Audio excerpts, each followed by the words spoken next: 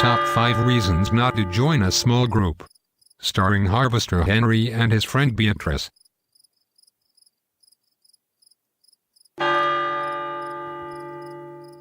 Hello, Harvester Henry. I have not seen you in a while. How have you been? Hey, have you decided which life group you are going to join? Everyone is going to be in a life group and you do not want to be left out, do you? Me. You? Will not catch me joining a life group. No siree. Not me. Not in 10,000 years. Not in 10,000 years? Really? That is pretty dramatic. I think you are going to be the only one in the whole church who is not in a life group.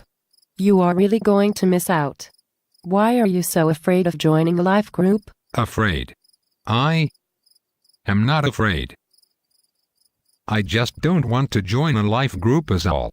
I have my reasons. 5 good reasons to be exact. Okay. What are your 5 reasons for not joining a life group? I really have to hear this. Number 1. Well, to start with, I do not like to pray out loud. I know that might sound strange to you. You do it all the time. But I have always been nervous about talking in front of people. Praying out loud in a group of people other than my family, even if it is a small group, is one of my biggest fears. Not to mention that they might ask me to read my Bible aloud. You have heard me read. I am not very good at it. It makes me sick to my stomach with nervousness to even think about it. Number 2. I just can't make a lifetime commitment like that at my young age. Once you join a group, you are in it for life. If you stop attending or try to escape, they call you 3 times a day and even come to your home. Have you heard Kevin talk about his group? What? I think he has been in like the same group for over 10 years or something. Joining a life group is like buying a timeshare. Once you are in, you cannot get out. 10,000 years and then forevermore.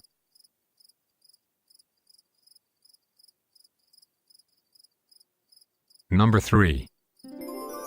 Number 3 is the most obvious of all the reasons. As you know, I have been struggling with finances the past few years. Well, I just could not afford to pay for a babysitter every week if I were to attend a life group. Number 4. I will never join a life group because I am a private person. When you are in a life group, you have to tell everyone all your sins and your life story. A buddy of mine said that he had to stand up and give a 10-minute testimony on his first night at a life group. I don't know about all those people asking me questions and prying into my business. It is almost like they are writing a book or something about everyone else's lives.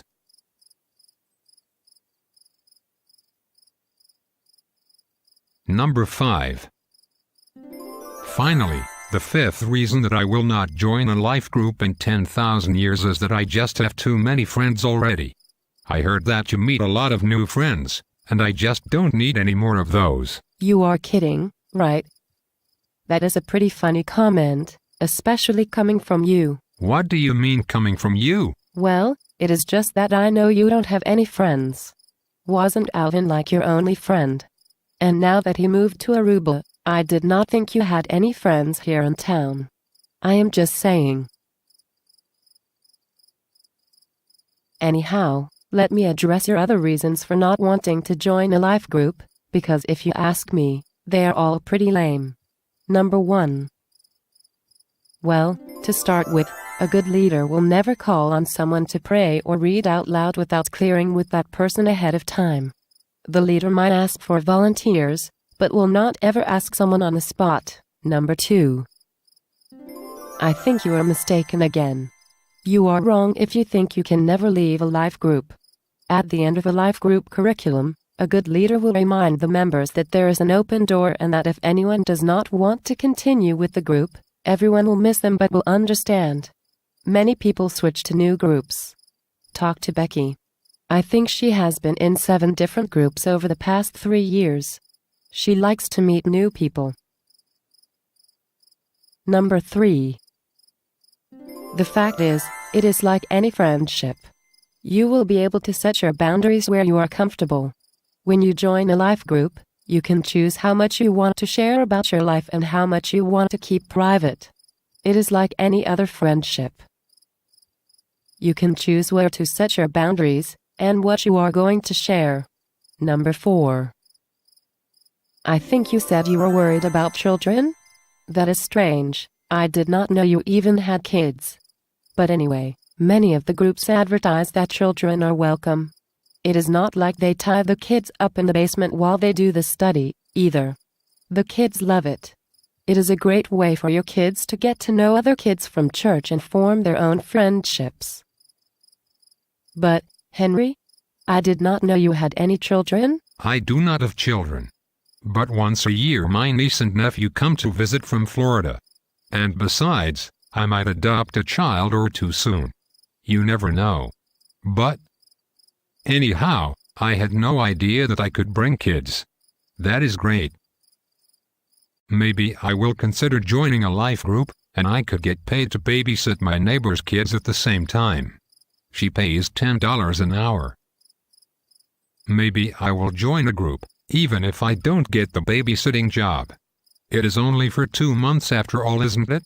And it is always good to meet new friends, isn't it? Who has too many friends? Definitely not you, Henry. What? Nothing. But, hey, I hope you do join a life group. Even if it is only for the next 8 weeks. You know, life change happens in a life group. And we were made for community. I don't think you will regret your decision to join. If you really want to grow to understand God and His purposes for your life, you are making a great decision. Yes, I think you are right. I will give it a try. Thank you for making time to talk with me about this. Come to think about it, is there room in your life group for me, Beatrice?